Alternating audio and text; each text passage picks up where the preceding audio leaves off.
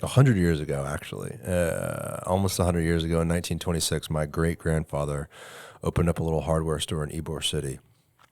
Back then we were kind of talking about the old days, when cities used to be very walkable in America. Mm-hmm. The corner grocery store was the thing to do. I mean, you'd walk down to your corner grocery store and you get your milk and eggs and whatever you need. Today, it's all by car, right? Right. And like we've talked about, that's changing. Wouldn't a really good way that I believe a lot of people would agree with is to allow small commercial community zoning within residential areas like a small corner grocery store? I mean, you can't do that in the city of Tampa today. Go to Hyde Park, go southwest. There's a little building for sale. That was actually our old hardware store. It's for lease in Ybor City. Look at this cute little shop, man. Right. Now, Yeah. one day, this was built in 1905. This used to be a little studio. It was 6 total units, man. There could have been a little coffee shop, a little hardware store, whatever. Mm-hmm. So I talked to the broker because I was interested. And essentially the city has grandfathered in office professional use. So I could purchase this. I could have my little real estate office and podcast studio in there, but that's it. Why the hell would you not be allowed to open up a little coffee shop and sell milk and eggs to the walkable neighborhood of Hyde Park? So one of the, we talked about the comprehensive plan. That's a big thing that needs a lot of change and is going to be, probably controversial at the end of it. There's rewriting our zoning code top to bottom, which is another objective that we have in a project that's actually in motion with the city right now. There are little things that we can do here and there that really matter for small incremental development. If you're interested in this type of stuff, you should be looking up incremental development. And Strong Towns is a big advocate that has a lot of great content about how little things that we can be doing to enable more projects like this. If I had to guess, probably the biggest barrier to doing something here is parking.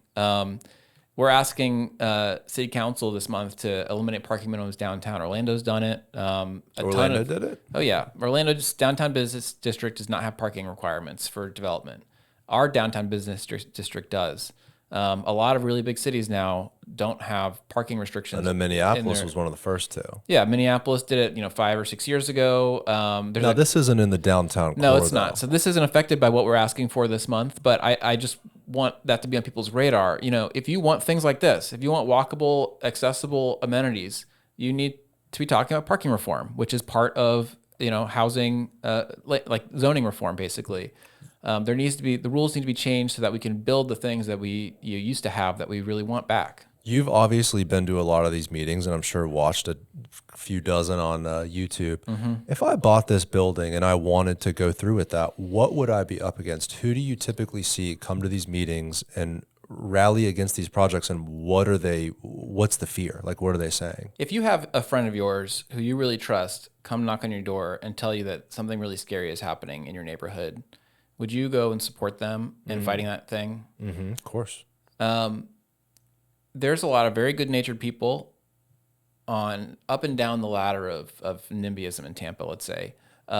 Neighborhood associations are forces for good in general, but that is really the sort of organizing space for NIMBYs, for people who want to oppose changes in their community, even when there's probably broadly a consensus that's a good thing. The thing is that people don't show up to say yes. I mean, that's what the point of our group is to Right. get people to understand, like, there are people showing up to say no, and we need people to show up to say yes. And so you might have 2 or 3 people who for example, specifically, parking's one of these things. Like, there might be a requirement that, like, they have to, in order to do something with this, you have to go get special rules to waive parking requirements for whatever you're putting in here. And by the way, the parking requirements are really ridiculous. If you go and look at how they're determined, like, the number of parking spots you need is different based on whether you're a haircutting salon or a corner store. And if you're a haircutting salon, it depends on how many chairs you have in your hair salon and who picked the ratio of how many parking spots you need per chair. And why is it relevant for this walkable community? It's not. So the rules are arbitrary; they're made up, and so you still have people who don't really appreciate that. They don't really know the background. All they know is that this place is going to add traffic to their neighborhood. People may come from outside of their neighborhood to go get haircuts or to get coffee here. Right. And if they can't find parking out front, they're going to go park 3 blocks down. For me, that's great. To me, I see that as a community that's flourishing. And if you don't want people to park, make parking harder. Don't make business harder, right? Well, wouldn't the developer and the business owner really be the one taking the risk? Like, this might be a bad example, but this is a great example. Well, it's a good example for a little small, maybe grocery store or a community market to walk to.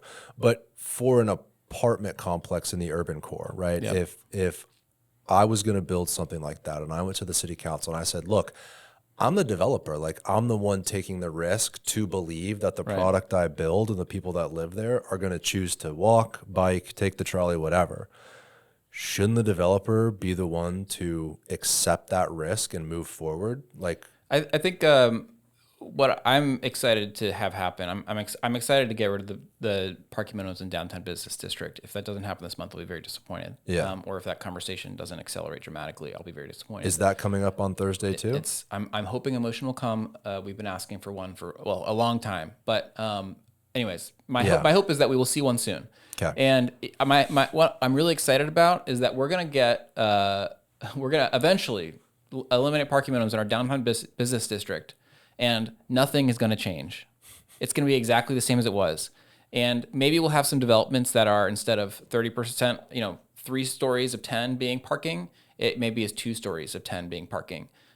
Developers cannot get projects financed without parking, especially in the city of Tampa where there is no project that doesn't have parking. So you can't demonstrate this is a financial model that works. It's not just the developer taking a risk, it's the bank taking a risk. There's a lot of stakeholders who are taking that risk. And so that will already be factored in regardless of the regulation, which is why we don't need the regulation. All it does is set up arbitrary rules that make it more difficult for people who want to do more experimental things. And we don't need that because we need experimental things to get more housing done right now. Yeah. And so you're right that there's a risk. I'll advocate for the other side. I'll tell you exactly what they'll say. And they'll say, well, just because you build it and there's no parking doesn't mean that people don't have cars. And so people will go park on the street, or they'll go pay for the other parking garage, and it'll make the other parking garages more full. And okay, maybe those things are real, but like there's more housing that's more affordable.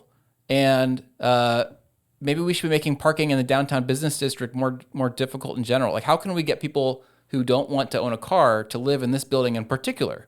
There's a lot of other policy angles that need to happen from that conversation, but for a lot of people, it just stops at, I have a good parking spot downtown that I don't have to fight for, and I don't care what the benefit to my community is. I never want to lose that street parking, that free street parking that I've been having. And that's just like a very selfish mentality. And then it kind of spreads, unfortunately, by word of mouth, where you have a lot of people with, especially in some neighborhoods, a lot of free time on their hand because they don't work. And so they go knock on doors saying, this neighborhood is going to be destroyed if this thing happens. And then lo and behold, they get 50 people going down to city council fighting this thing. And I'm not saying that people don't genuinely feel that way. What I'm saying is that they're not balancing the interests of everybody in their community. They're worrying about their specific individual interest. They're concerned about fear, and they're not looking at it with like a sort of a yes mentality, frankly. Like we need to have a cultural shift around this stuff. And that's what, saying yes is about. It's about leaning into what could be good instead of what could be bad, that frankly there's no evidence that it will be bad. If you enjoyed this clip, click here for the full episode and make sure to subscribe. Thank you guys for watching.